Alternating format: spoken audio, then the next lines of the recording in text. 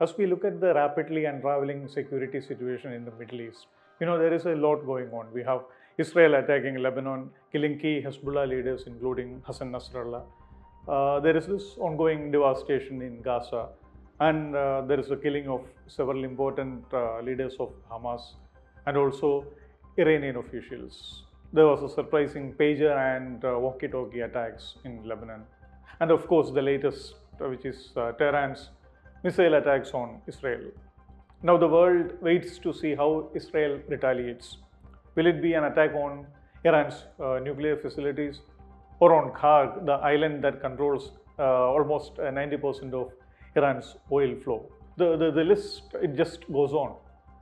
Against this backdrop, it is important to understand the key reasons behind the downward spiral and perhaps even an impending all-out war in the Middle East. There are 5 critical points that explain why we have reached at such an inflection point, threatening the stability of not just the Middle East, but in fact the whole world. The first reason is the gradual decline of American hegemony in global politics, which is shifting the power dynamics and reshaping the Middle East landscape. So you have regional actors like Israel, Saudi Arabia, Iran and Turkey who are increasingly asserting their influence. America's decline has also emboldened extra-regional powers like China and Russia to pursue their own agenda in the region. So this multipolar environment makes conflict resolution more complex as more stakeholders seek to expand their influence. With diminished American engagement, Iran's support for groups such as Hamas and Hezbollah has grown tremendously. So clearly the US role as the primary provider of security and the primary peace broker in the region is waning, with Washington now finding it hard to keep in check even its close allies like Israel. A second but related reason is the presidential election season in the United States and of course a relatively weaker president in Joe Biden.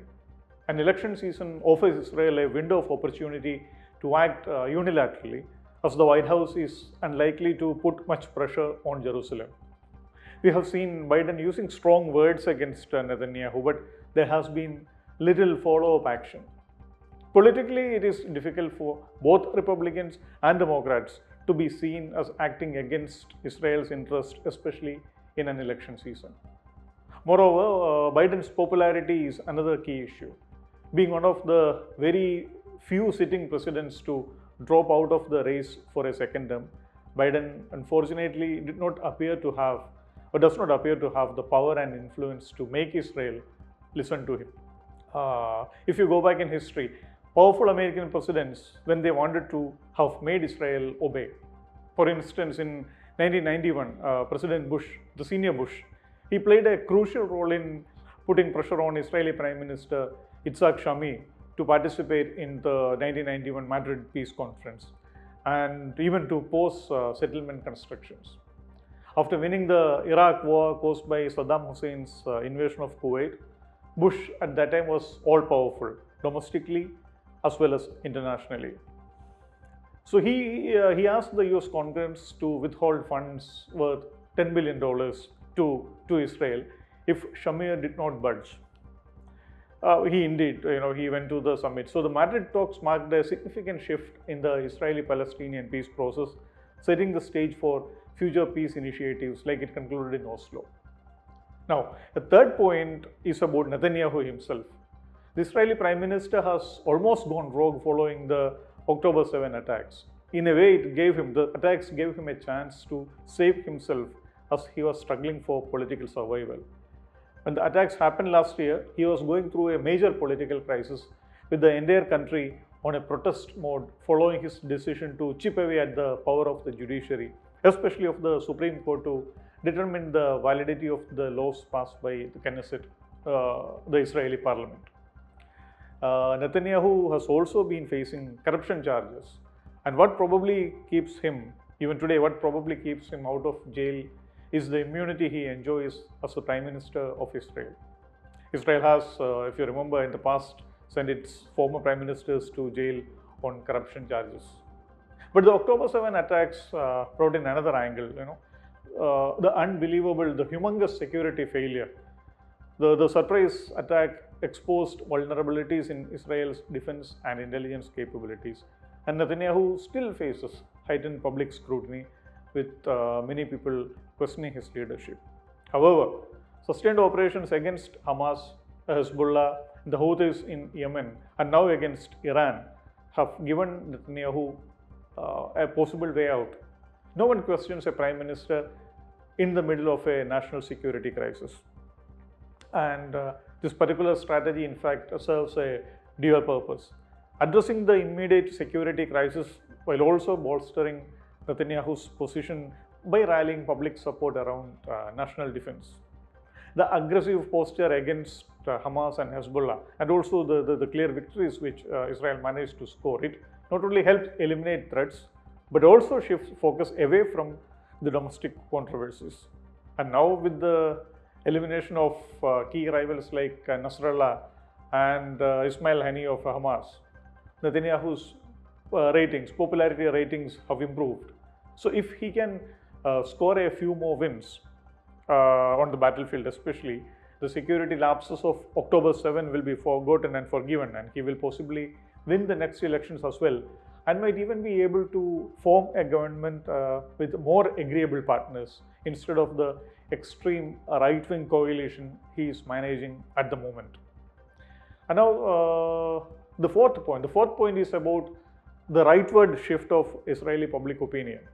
Israelis have clearly moved increasingly to the right in recent years, possibly influenced by security concerns, the never-ending conflict, of course, and then the political rhetoric.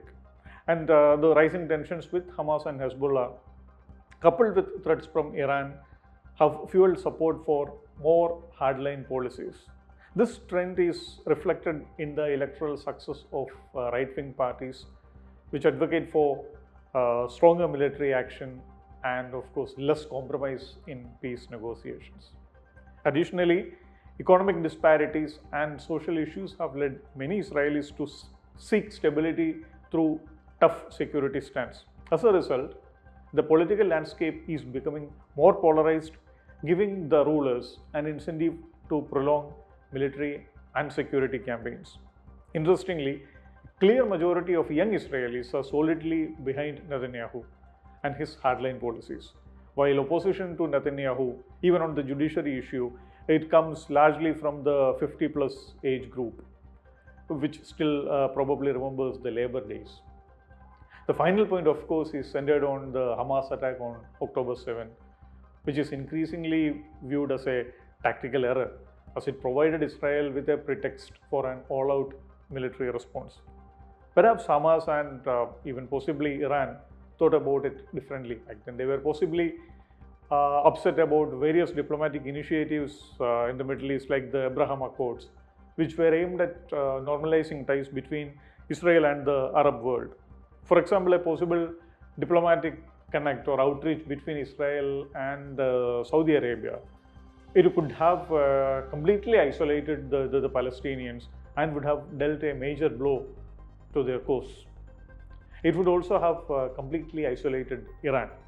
So there might have been a strategy behind the attacks, but the unprecedented scale and brutality of the assault galvanized Israeli public opinion, and in a way also the international public opinion at that point of time, and unified political support for aggressive action against Hamas, which continues to this day.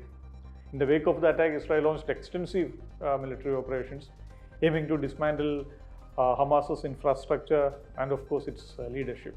Now it has taken the Arab-Israeli conflict and also the geopolitics of the larger Middle East into hitherto uncharted terrain. The next few days will be crucial, and it will determine the future trajectory of Middle East peace.